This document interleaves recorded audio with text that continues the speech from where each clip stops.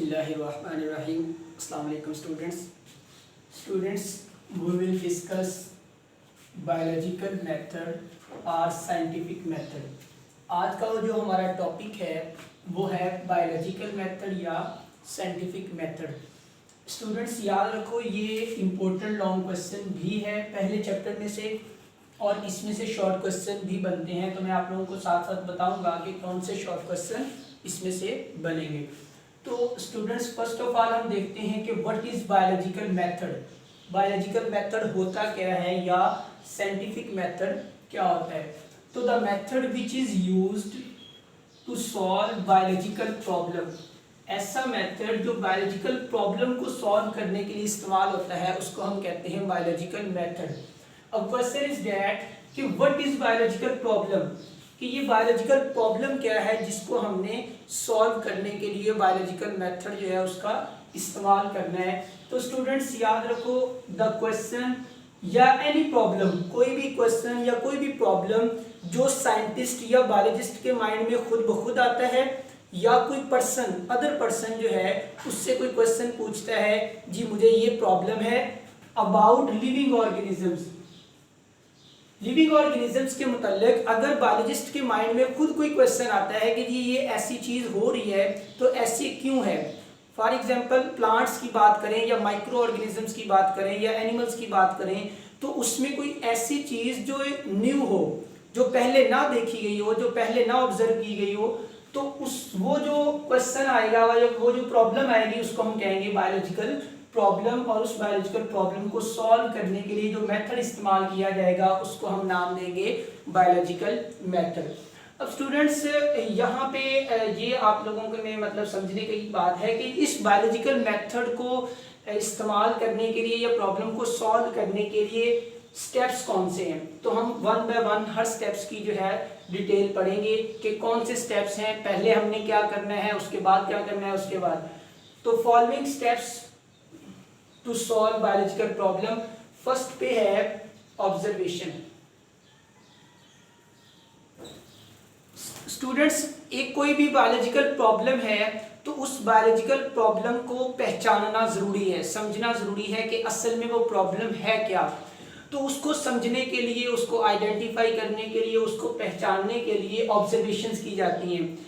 For example आप में से कोई स्टूडेंट जो है वो बायोलॉजी की स्टडी कर रहा है या वो बायोलॉजिकल मेथड के जरिए किसी भी बायोलॉजिकल प्रॉब्लम को सॉल्व करने की कोशिश कर रहा है, तो वो अपनी ऑब्जर्वेशंस को इस्तेमाल करके उसको आइडेंटिफाई करेगा, उसको जो है वो मतलब उसका देखेगा कि ये असल में प्रॉब्लम क्या है।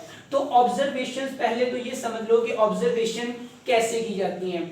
ऑब्जर्वेशन करने के लिए आप लोग 5 सेंसेस यूज करते हैं। 5 सेंसेस कौन सी हैं। पहली सेंस है विजन, किसी भी प्रॉब्लम को देखकर आप उसको ऑब्जर्व कर सकते हो कि ये ऐसा क्यों हो रहा है। उसके बाद अगर उसका ताल्लुक देखने से नहीं है, अगर उसका ताल्लुक सुन के ऑब्जर्व करने से है, तो हेयरिंग वाली सेंस आप लोग यूज करके उसको ऑब्जर्व कर सकते हो। अगर ये दोनों मतलब जो है वो इस्तेमाल नहीं हो रही, उसका ताल्लुक ऐसा है कि उसको स्मेल करके आप लोग उसकी जो है वो फ्रेगनेंस जो है उसकी मतलब फ्रेगनेंस को स्मेल करके सुन कर जो है वो ऑब्जर्व कर सकते हो, तो आप लोग अपनी स्मेल वाली जो है वो सेंस यूज करोगे।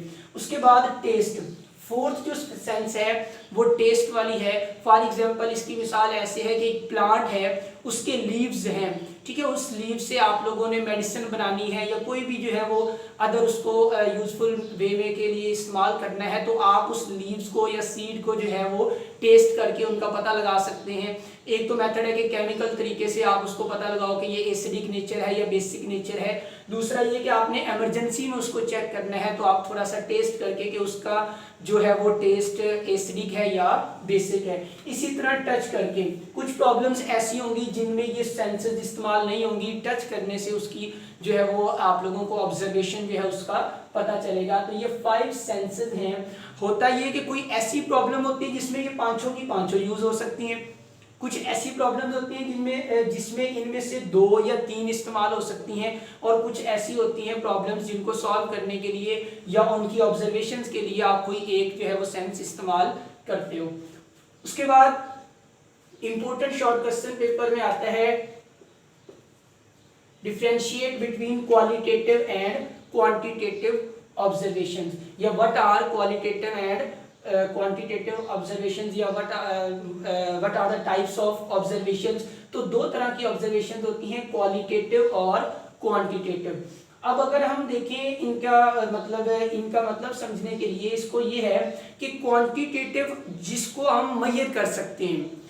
अब कोई भी चीज जो मेजरेबल होती है वो मोर प्रिसाइज होती है एंड मोर एक्यूरेट, मतलब उसमें कोई गलती का चांस नहीं होता, वो ऑब्जर्वेशन ज्यादा एक्सेप्टेबल होती है, वो ज्यादा अच्छी होती है। तो ये जो क्वांटिटेटिव ऑब्जर्वेशन है वो more precise and more accurate होती है।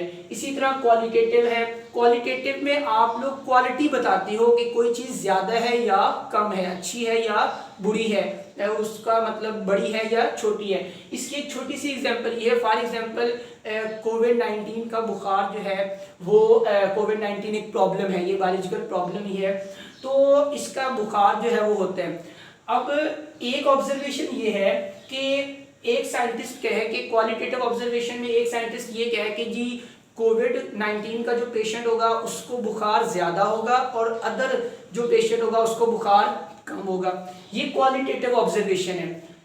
क्वांटिटेटिव में ये है कि एक साइंटिस्ट कहे जो कोविड-19 वाला पेशेंट है उसको जो बुखार होगा वो 102 पे होगा, ठीक है, और जो दूसरा पर्सन होगा उसको 100 पे होगा। अब ये मेजरेबल मतलब क्वांटिटी है या मेजरेबल ऑब्जर्वेशन है कि जो कोविड-19 का पेशेंट होगा उसके अंदर जो बुखार है उसका जो बुखार का मतलब उसका जो टेम्परेचर है वो 102 होगा। अब ये एक मेजरेबल क्वांटिटी है, तो ये आप लोग मोर प्रिसाइज, हम अगर ये पर्सन कहे क्वालिटेटिव ज्यादा होगा कम होगा, कोई पता नहीं कितना ज्यादा होगा कितना कम होगा, तो ये दो तरह की जो है वो ऑब्जर्वेशन होती हैं, क्वालिटेटिव ऑब्जर्वेशन एंड क्वांटिटेटिव। तो क्वालिटेटिव जो है वो लेस एक्यूरेट होती हैं। स्टूडेंट्स जब ऑब्जर्वेशन हो जाती हैं आप लोगों ने याद रखना है कि ऑब्जर्वेशन आपकी अपनी भी होंगी और जो साइंटिस्ट वर्क कर रहा होगा या जो बायोलॉजिकल प्रॉब्लम को सॉल्व करने की कोशिश कर रहा होगा डेफिनेटली वो अदर ऑब्जर्वेशंस मतलब दूसरों की ऑब्जर्वेशंस के ऊपर भी गौर करेगा या दूसरे लोगों से पूछेगा, फॉर एग्जांपल उसके जो फ्रेंड्स हैं या उसके जो साथी हैं उनकी ऑब्जर्वेशंस को भी जो है वो ऑब्जर्व करेगा और उनसे भी जो क्वेश्चंस वगैरह पूछेगा, फिर उनके ऊपर ऑब्जर्व करेगा। तो आफ्टर ऑब्जर्वेशन आपकी अपनी ऑब्जर्वेशन और अदर ऑब्जर्वेशन के बाद जो टेंटेटिव स्टेटमेंट बनती है या टेंटेटिव एक्सप्लेनेशन होती है उसको हम कहते हैं हाइपोथेसिस। तो जो सेकंड स्टेप होगा बायोलॉजिकल मेथड का वो होगा हाइपोथेसिस कि ऑब्जर्वेशन करने के बाद आइदर वो आपने क्वालिटेटिव ऑब्जर्वेशन की है या क्वांटिटेटिव ऑब्जर्वेशन की है, कौन सी सेंसेस यूज की हैं आप लोगों की अपनी ऑब्जर्वेशन है या अदर ऑब्जर्वेशंस के मुताबिक आप लोगों ने जो टेंटेटिव स्टेटमेंट दी है उसको हम कहते हैं हाइपोथेसिस। अब टेंटेटिव स्टेटमेंट का क्या मतलब है स्टूडेंट्स, याद रखो ये जो टेंटेटिव का मतलब है इसका मतलब होता है जो चेंज हो सकती हो, कि ये कोई मतलब जो है वो ऐसी बात नहीं है कि ये बिल्कुल ठीक होगी, नहीं, इसको ये चेंज हो सकती है स्टेटमेंट। तो टेंटेटिव स्टेटमेंट या जो एक्सप्लेनेशन होती है अबाउट बायोलॉजिकल प्रॉब्लम उसको हम कहते हैं हाइपोथेसिस। अब ये जो हाइपोथेसिस होता है ये रीजनिंग पे दिया जाता है कि अगर आप एक स्टेटमेंट दे रहे हो तो उसके पीछे रीजन क्या है, उसके पीछे लॉजिक क्या है। डेफिनेटली अगर आप किसी बायोलॉजिकल प्रॉब्लम को सॉल्व कर रहे हो तो साइंस जो है वो एक सेट ऑफ मेथोडोलॉजी है, एक्सपेरिमेंटल साइंस एक्सपेरिमेंटल वर्क है, तो आप उसके पीछे कोई लॉजिक दो, कोई रीजन दो, ऐसे बात नहीं हो सकती। तो उसके पीछे दो तरह की रीजनिंग होती है, एक होती है डिडक्टिव रीजनिंग हो सकती है और एक इंडक्टिव रीजनिंग। इसको हम डिडक्शन का नाम भी देते हैं कि ये डिडक्शन के स्टेप में भी आ जाता है। अब हम बात करते हैं what is deductive reasoning. Student deductive reasoning ये होता है कि जनरल टू स्पेसिफिक, आप उस बायोलॉजिकल प्रॉब्लम से रिलेटेड बात करते हो general to specific. For example एक जो है बर्ड्स के हवाले से प्रॉब्लम आ रहा है कि एक परिंदा है वो उसका पता नहीं चल रहा कि ये बर्ड है या नहीं है, तो उसको सॉल्व करने के लिए डिडक्टिव रीजनिंग क्या है कि ऑल बर्ड्स हैव विंग्स, ये एक जनरल है, ऑल बर्ड्स तमाम बर्ड्स के जो है विंग्स होते हैं, स्पैरो जो है बर्ड है, तो डेफिनेटली स्टेटमेंट बन जाएगी कि स्पैरो हैव विंग। तो ये जो स्टेटमेंट है ये डिडक्टिव रीजनिंग की बेस पे है कि अगर तमाम बर्ड्स के विंग्स होते हैं तो स्पैरो भी बर्ड है, तो डेफिनेटली स्पैरो के भी क्या होंगे, विंग होंगे। उसके बाद क्या है इंडक्टिव रीजनिंग, ये क्या होता है कि आप स्पेसिफिक टू जनरल बात करते हो, एक स्पेसिफिक चीज को लेते हो और उसको जनरल तक लेके जाते हो। उसमें क्या है, फॉर एग्जांपल स्पैरो है विंग, अगर स्पैरो के विंग हैं तो पैरट भी जो है वो बर्ड है, क्रॉ भी बर्ड है, जो है वो अदर जो बर्ड्स हैं, मतलब आप कह सकते हैं कि हॉक वगैरह वो जो बर्ड्स हैं तो उनके भी क्या होने चाहिए, विंग्स होने चाहिए। तो आपने स्पेसिफिक स्पैरो को स्पेसिफिक कर लिया, उसके बाद जनरल स्टेटमेंट दे दी कि ऑल बर्ड्स हैव विंग्स। तो ये दो तरह की रीजनिंग होती है और ये भी इंपॉर्टेंट जो है वो शॉर्ट क्वेश्चन पेपर में पूछा जाता है, differentiate between deductive reasoning and inductive reasoning. Students hypothesis देने के लिए और भी प्रोसेस होते हैं, वो ये कि Islamic philosophical point of view से आप जो है वो अपना हाइपोथेसिस दे सकते हो। उसके बाद अदर प्रोसेस के साथ अपने बायोलॉजिकल प्रॉब्लम के जो प्रोसेसेस हैं उनको कंपैरिजन करके भी हाइपोथेसिस दे सकते हो।